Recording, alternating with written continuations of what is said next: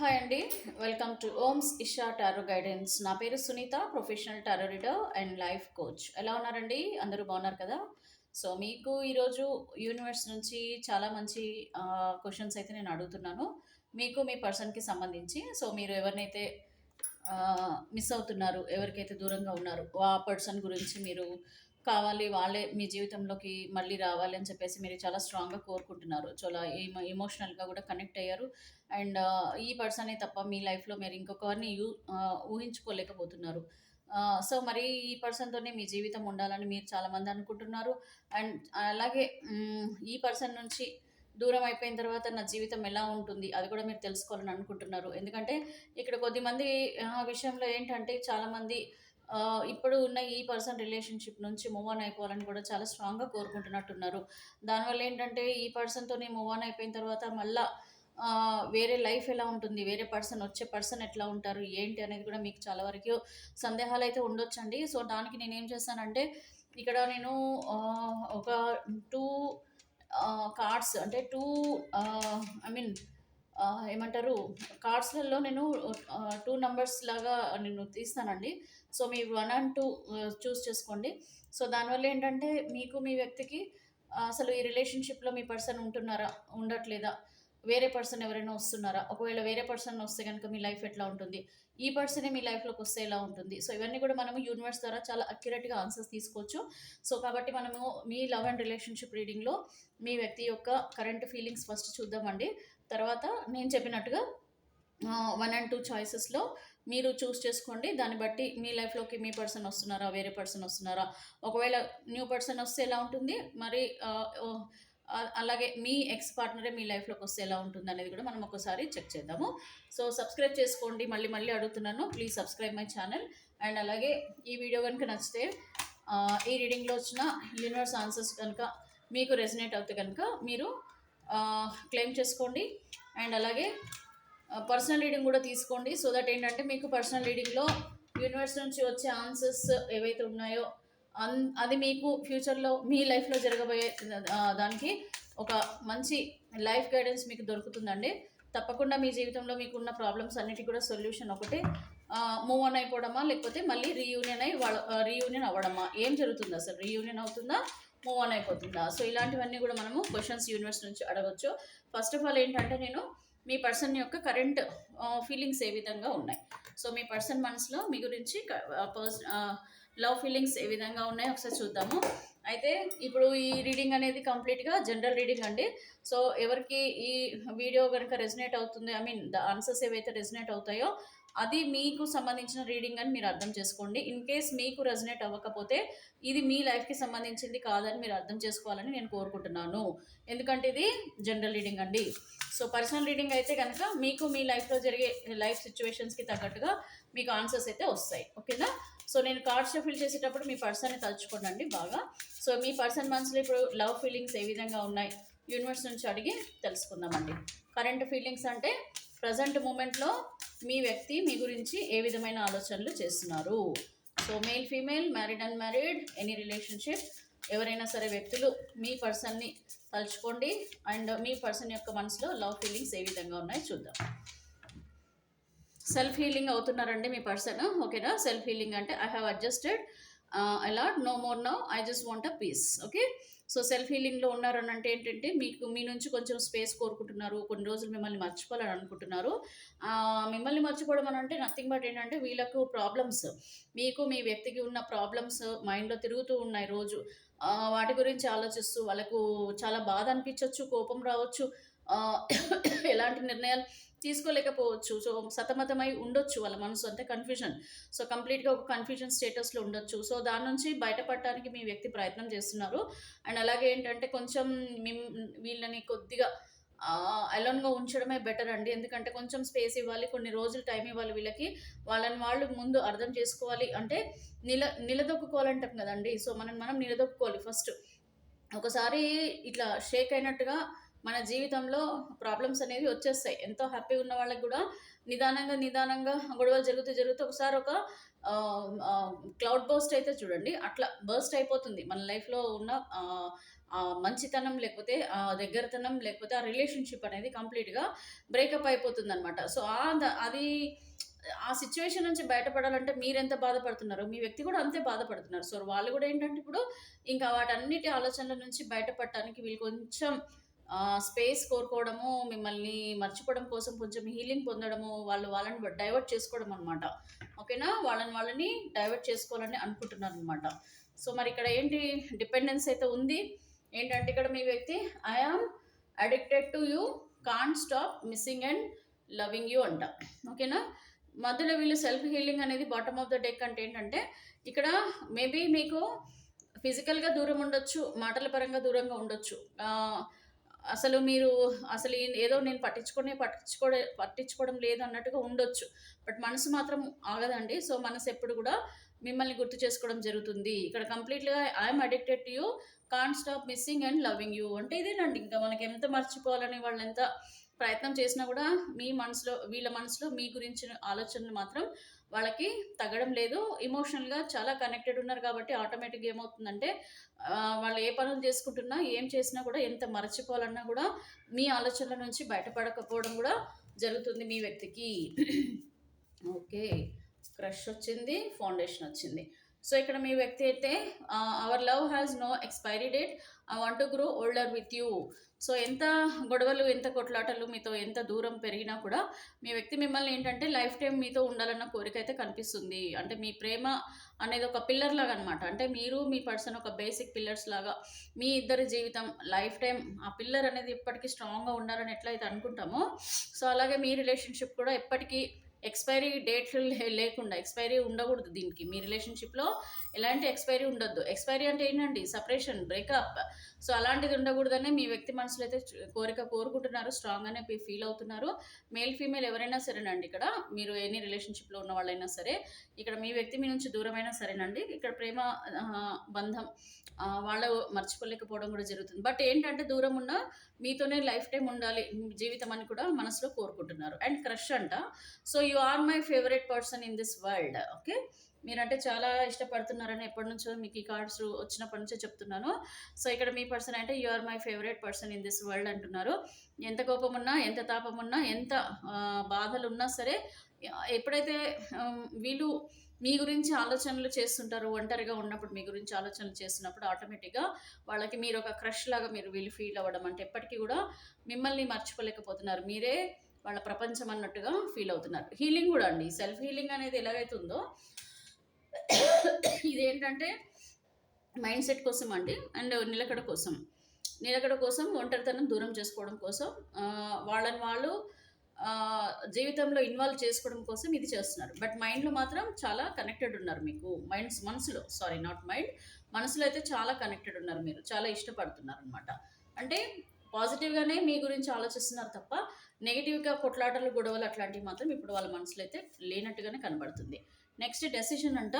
So decision అని అంటే it's the time to decide something for this relationship. So ఏదో decide చేసేసుకుందాం, ఇది ఇంకా ఫైనల్గా ఏదో ఒకటి డెసిషన్ తీసుకొని ఈ జీవితం నుంచి బయటపడాలి, ఇప్పుడున్న సిచ్యువేషన్ నుంచి బయటపడాలి. సో చాలా ఇష్టపడడం అయితే జరుగుతుంది. ఇక్కడ మీ రిలేషన్షిప్లో కూడా వాళ్ళు చాలా సీరియస్గానే ఆలోచిస్తున్నారు. ఎలాగైతే మీరు సీరియస్గా ఆలోచిస్తున్నారు, మీరు ఎంత సీరియస్గా బాధపడుతున్నారు, ఎంత తొందరగా వస్తే బాగుండని మీరు ఎట్లా అనుకుంటున్నారు, లేకపోతే ఈ రిలేషన్షిప్లో గుడ్ బై చెప్పేద్దామా, మూవ్ ఆన్ అయిపోదామా, ఎప్పుడు ఫుల్ స్టాప్ పెడదామా దీనికి, ఈ గొడవలకి, ఈ కొట్లాటలకి అని మీరు ఎంత మనసులో డెసిషన్ కోసం వెయిట్ చేస్తున్నారో, ఇక్కడ మీ పర్సన్ కూడా ఒక డెసిషన్ తీసుకోవాలి మీ రిలేషన్షిప్ పరంగా కూడా అనుకుంటున్నారండి. అండ్ ఇక్కడ రీయూనియన్ అంట. వావ్, సూపర్ అండి. ఇక్కడ మీ పర్సన్ ఏమంటున్నారు అంటే ఇక్కడ రీయూనియన్ అవ్వాలని మనస్ఫూర్తిగా కోరుకుంటున్నారు. ఇది పెద్ద గొడవలు అయితే ఏమి ఎక్కువగా కనిపించట్లేదు. ఇది ఎక్కువ ఏంటంటే ఇది ఎవరికి రిలేటెడో కూడా నేను ఒకసారి మీకు రీడింగ్ చెప్తాను. అంటే మ్యారీడ్ వాళ్ళకి ఎక్కువగా కనెక్ట్ అవుతుందా, అన్మ్యారీడ్ వాళ్ళకి ఎక్కువ కనెక్ట్ అవుతుందా, అదర్ రిలేషన్షిప్లో ఉన్న వాళ్ళకి ఎక్కువ కనెక్ట్ అవుతుందా, ఈ లవ్ కరెంట్ ఫీలింగ్స్ అనేది కూడా మనం చూద్దాము. సో ఇక్కడ రీయూనియన్ అయితే ఛాన్సెస్ చాలా స్ట్రాంగ్గా ఉన్నాయి. I'm ready to start over once again. So మళ్ళీ మీతో రీయూనియన్ అవ్వాలని చెప్పి చాలా స్ట్రాంగ్గా కోరుకుంటున్నారండి. సో ఇది ఆల్మోస్ట్ నాకు మంచి మేడ్ ఫర్ ఈచ్ అదర్ అంటారు కదా, అండర్స్టాండింగ్ ఉన్నవాళ్ళు కాంప్రమైజ్ అవ్వాలని అనుకుంటున్నారు. మీతో ఖచ్చితంగా అండి షేర్ చేసుకుంటారు, మీతోనే లైఫ్ అని వాళ్ళు చాలా స్ట్రాంగ్గా కూడా మనసులో అనుకుంటున్నారండి. బాగానే ఉంది, పాజిటివ్గానే కనిపిస్తున్నారు. సో మైల్ స్టోన్ అంట, our love is stronger than the distance between us. ఓకేనా. సో మన లవ్ అనేది చాలా stronger than the distance between us. మన ఇద్దరి దూరం కంటే కూడా మన ప్రేమ చాలా దగ్గరతనంలో ఉంది, అంటే చాలా దగ్గరగా ఉంది. మీ ప్రేమ మాత్రం దగ్గరగానే ఉందంటే అర్థం ఏంటండి? నువ్వు దూరమైన డిస్టెన్స్ అంటే ఫిజికల్గా మనం మేబీ దూరంగా ఉండొచ్చు, బట్ మనసులో మాత్రం మనం ఎప్పుడు కూడా ఒక్కలాగానే ఉన్నాము, ఒకటేలాగా ఆలోచిస్తున్నాం అని కూడా మనం చెప్పొచ్చు. ఓకేనా. సో మనకి రీయూనియన్ అనేది ఎవరికి ఎక్కువగా వర్తిస్తుంది అనేది అయితే చూద్దామండి. ఎందుకంటే ఇక్కడ డెసిషన్ కూడా తీసుకోబోతున్నారు మీ వ్యక్తి.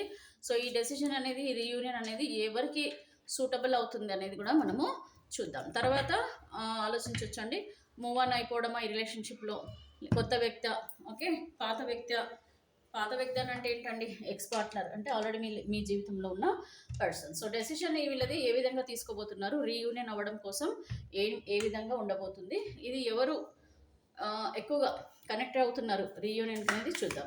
సో నేను ఫస్ట్ కార్డ్స్ అయితే మ్యారీడ్ కపుల్స్కి అయితే తీస్తానండి ఒక కార్డు. నెక్స్ట్ కార్డ్ వచ్చేసేమో అన్మ్యారీడ్ వాళ్ళ కోసం తీస్తాను. నెక్స్ట్ కార్డ్ వచ్చి ఎనీ అదర్ రిలేషన్షిప్లో ఉన్న వాళ్ళ కోసం తీస్తున్నాను.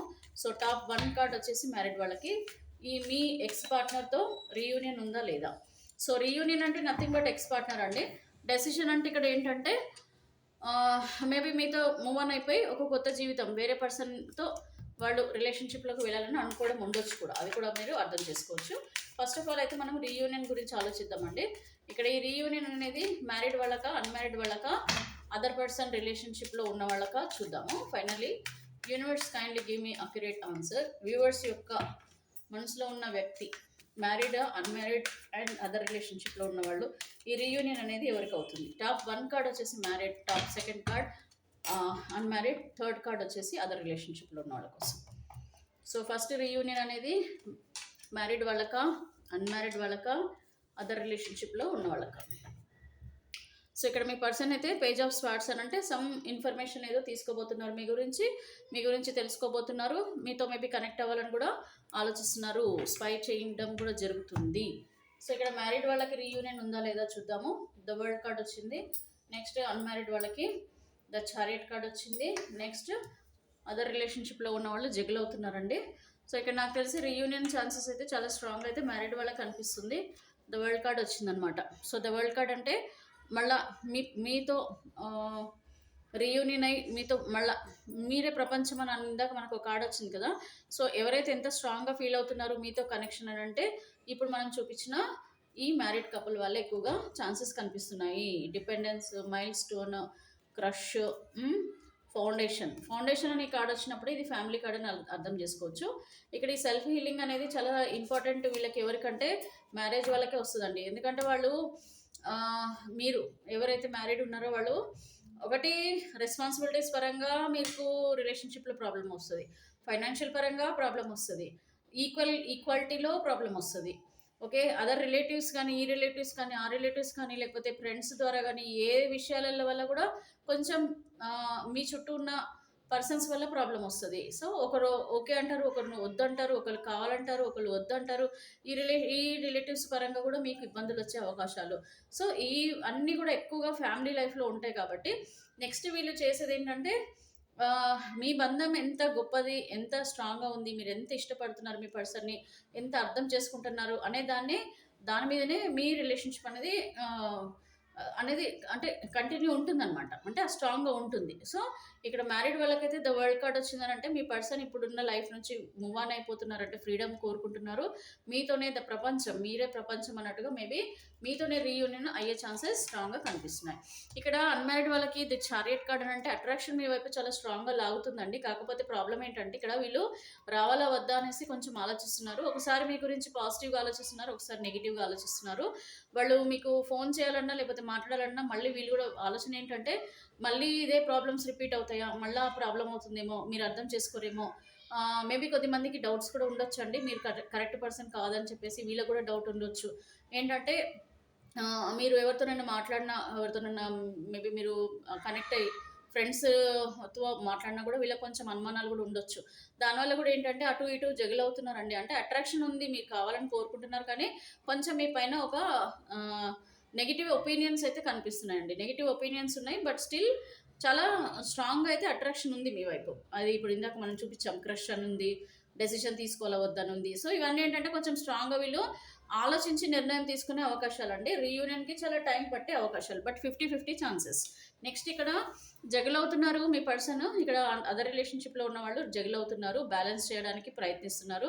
వీళ్ళు బ్యాలెన్స్ చేయలేకపోతున్నారు. ఇప్పుడున్న రిలేషన్‌షిప్‌ని వాళ్ళు వేరే పర్సన్‌తో ఉన్న రిలేషన్‌షిప్‌ని వీళ్ళు జగల్ అవుతున్నారంటే అక్కడ బ్యాలెన్స్ చేయలేకపోవడము, ఎటు వెళ్ళాలో అర్థం కాని సిచ్యువేషన్ అండి. సో, ఈ విధంగా వీళ్ళు కొంచెం జగల్ అవ్వడం కూడా జరుగుతుంది కాబట్టి ఇక్కడ రీయూనియన్ ఛాన్సెస్ అయితే కొంచెం లేట్ అవ్వచ్చు, అవ్వకపోవచ్చు. సో, ఈ అన్ని రకాలుగా మీరు అర్థం చేసుకోవచ్చు. బట్ స్ట్రాంగ్‌గా మాత్రం మ్యారేజ్ పిల్లర్స్ ఏవైతే ఉన్నాయో అదే నిలబడుతుందని ఎక్కువగా కనిపిస్తుందండి ఇక్కడ మన కార్డ్స్‌లో.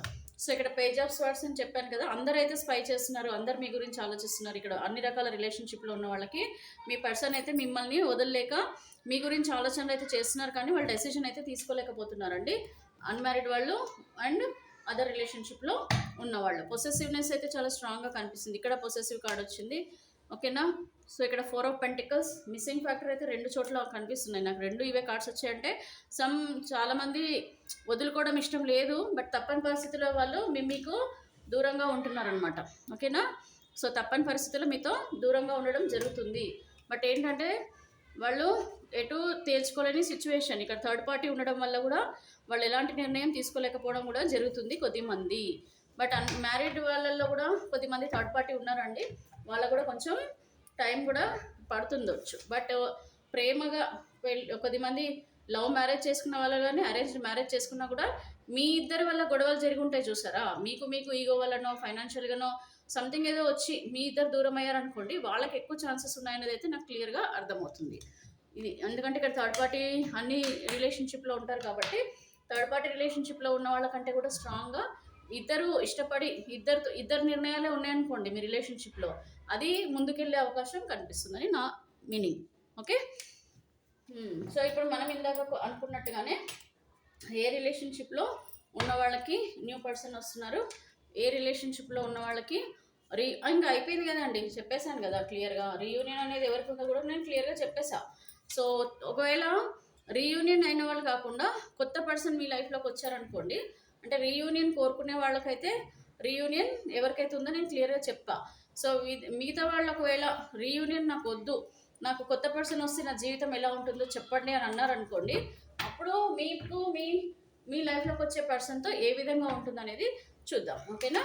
సో, అంటే ఒకవేళ చూడండి, మ్యారేజ్ లైఫ్లో ఉన్న వాళ్ళు రీయూనియన్ అయినా సరే మళ్ళీ వాళ్ళకి ఇష్టం లేదనుకోండి, అంటే మీకు మీ పర్సన్ రీయూనియన్ అవ్వడం ఇష్టం లేదనుకోండి, అప్పుడు మీరు ఒక కొత్త పర్సన్ కనుక ఇష్టపడి వాళ్ళని మీరు మ్యారేజ్ చేసుకోవాలని అనుకున్నారు అనుకోండి, లేకపోతే వాళ్ళతో రిలేషన్షిప్లో ఉండాలనుకున్నారు, ఓకే, వాట్ ఎవర్ అండి. ఇక్కడ ఏంటంటే సిచ్యువేషన్, మీకు ఇష్టం లేదు మీ ఎక్స్ పార్ట్నర్తో ఉండడం. సో, అప్పుడు కొత్త పర్సన్ మీ లైఫ్లోకి వస్తే మీకు ఏ విధంగా ఉంటుందనేది మనం ఆ క్వశ్చన్ అయితే యూనివర్స్ని అడుగుదాం. Okay. So, universe kindly give me accurate answer. ఈ వీడియో వాచ్ చేసే వ్యూవర్స్ ఎవరైతే ఉన్నారో, ఎవరైతే రీయూనియన్ కోరుకోవడం లేదు, కొత్త పర్సన్తో ఒకవేళ వీళ్ళ లైఫ్లోకి కొత్త పర్సన్ వస్తే వాళ్ళ లైఫ్ వీళ్ళతో ఏ విధంగా ఉంటుంది.